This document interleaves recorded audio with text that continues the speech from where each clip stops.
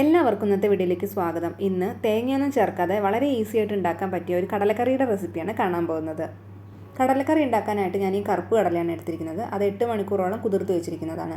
അത് നന്നായി കഴുകി എടുത്തിട്ടുണ്ട്. ഇനി അതിലേക്ക് പട്ട, ഗ്രാമ്പൂ, പെരിഞ്ജീരകം, ചതച്ച് വെച്ചിരിക്കുന്ന ഇഞ്ചി, വെളുത്തുള്ളി, സവാള, തക്കാളി, കറിവേപ്പില, പിന്നെ പൊടികൾ മഞ്ഞൾപ്പൊടി, മുളക് പൊടി, മല്ലിപ്പൊടി മുളക് പൊടിയേക്കാൾ കുറച്ച് അധികം വേണം കേട്ടോ.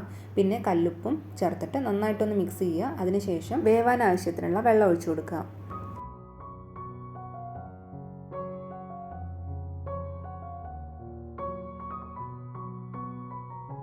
ഇതിലേക്ക് ഞാൻ കുറച്ച് വലിയ കഷ്ണങ്ങളായി അരിഞ്ഞു വെച്ചിരിക്കുന്ന ഉരുളക്കിഴങ്ങും ചേർക്കുന്നുണ്ട്. നമ്മളിതിൽ തേങ്ങ ചേർക്കുന്നില്ലല്ലോ, അപ്പോൾ കറിക്ക് കുറച്ച് കൊഴുപ്പ് കിട്ടണമെങ്കിൽ ഉരുളക്കിഴങ്ങും അതേപോലെ മല്ലിപ്പൊടിയൊക്കെ കുറച്ച് അധികം ചേർത്താൽ നല്ലതായിരിക്കും. ഈ കടല വേവാനായിട്ട് എനിക്ക് ഏകദേശം 7 മുതൽ 8 വിസിൽ വരെ ആവശ്യമായിട്ടുണ്ട്. അപ്പോൾ നിങ്ങളുടെ കുക്കറിനനുസരിച്ചിട്ട് നിങ്ങളത് വേവിച്ചെടുക്കുക കേട്ടോ. സ്റ്റീം പോയതിന് ശേഷം ഞാൻ കുക്കർ തുറന്ന് നോക്കി. കടലയൊക്കെ ആവശ്യത്തിന് തന്നെ വെന്തിട്ടുണ്ട്.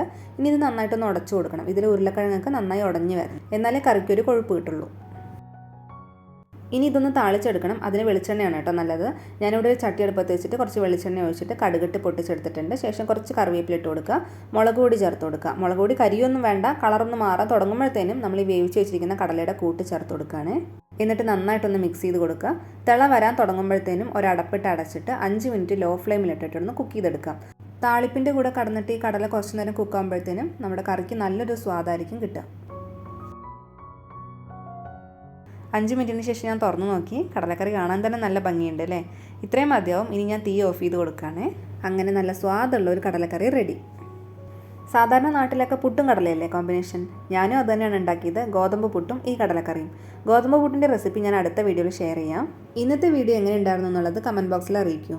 അടുത്ത വീഡിയോയുമായി കാണുന്നത് വരെ എല്ലാവർക്കും നന്ദി.